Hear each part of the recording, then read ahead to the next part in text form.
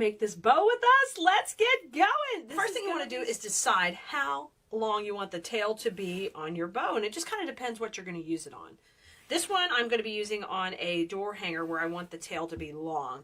So once you decide that, we're going to work on the right side of the bow first, so we'll cut it at an angle to where the longest side runs on the outside of the bow. Okay, so that's nothing too complicated. All right, I am going to take my ribbon here, and once I decided kind of on that length, then I'm going to take and just twist it in my hand. Okay, and we're always twisting it to bring the front of the ribbon back forward.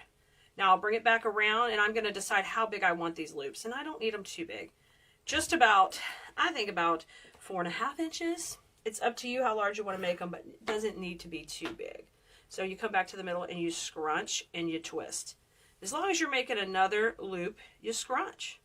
Okay, now I'm back to the center and I scrunch it again. And you can see already, I've started a really pretty simple bow. So if you just wanted a basic bow, you could stop here. We're going to layer up a couple more layers on top of this. So I'm going to keep my ribbon rolling out, and you can always throw the ribbon on the floor when you're making a bunch of bows and you don't want to fight that roll. Just throw it on the floor, and because otherwise it starts to roll away from you. But that's okay. We're going to keep it in control. So I made another twist and another loop, and we're making them each the same size on each side here.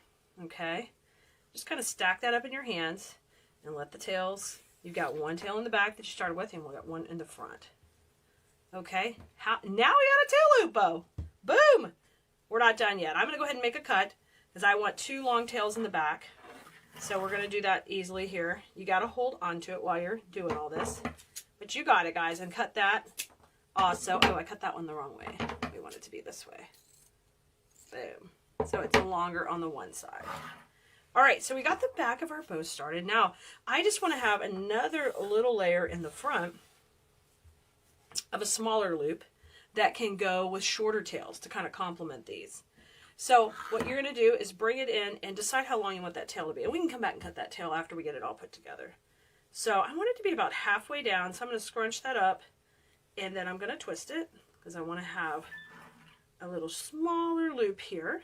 About 1 inch shorter, just a little bit shorter. Scrunch that up. Twist that one more time and bring that in. And I've got these smaller loops in the center. They're a little bit short. Isn't that precious? So super cute. Okay, don't worry about cutting this yet. We'll cut it in just a second. I'm going to come back in with my cable tie. And we are going to go right through the center and get some tension on there, okay? So it's going to hold it. All right, not super tight, but enough to hold those loops in place. Now let me go ahead and cut this tail. All right. Now, the magic has to happen now before you go ahead and tighten it all the way. You see, I have to straighten it up. And we just call this fluffing. We're fluffing it up, getting everything in its own spot. And basically, I want the 2 longer tails to get divided by the shorter tail. If you wanted this a little more stacked, just tuck them under. Okay, if you don't want them quite so spread out, tuck them under. You see how quickly you can go wide or more narrow? You are in control of how your finished bow will look. All right, that easy part's done. Now flip this over, and we're going to add a cable tie in the back here because I'm adding this to a door hanger, so I want to be able to just tie this right onto it. Okay, right there between my fingers, it's in, and I get that nice and tight. I'm going to use some wire cutters just because I don't want to use my good scissors to cut the cable ties. Now you can use, guys, pipe cleaners. You can use a wire in there. The reason I switched to cable ties a long time ago is because they can hold that bow super tight and they can handle a lot more layers if necessary. Hopefully that makes sense. Now we've got to cover up the little cable tie in the middle. So I'm going to cut about a 6 to 8 inch strip. It doesn't need to be too long here because we're going through just a small little bow here. I just fold it on itself to get a tight little strip. You can even cut that into multiple pieces, but this way you get a nice polished finished center. Come on in, put that little knot in, and then boom, shakalaka, trim these little tails off. And let me show you how cute this simple bow came out with the long tails. You guys, and you can even dovetail the tails and cut them at little chevrons if you want. to do that, you just take and fold them, and then you cut down at an angle, and you can do that to every tip of the tails, whatever you want to do. Either way is gorgeous.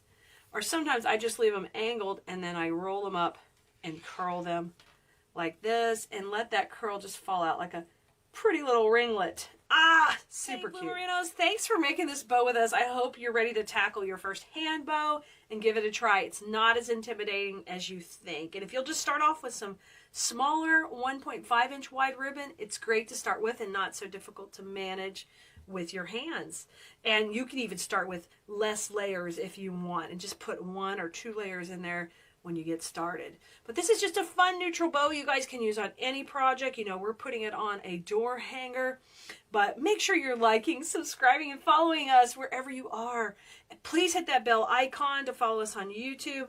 We would love for you to get notifications anytime we go live. And of course, the best way to control notifications is to get on our text list at 832-734-5201. Text us VIP because you are a VIP, and we can't wait for you to become an official Blue Merino.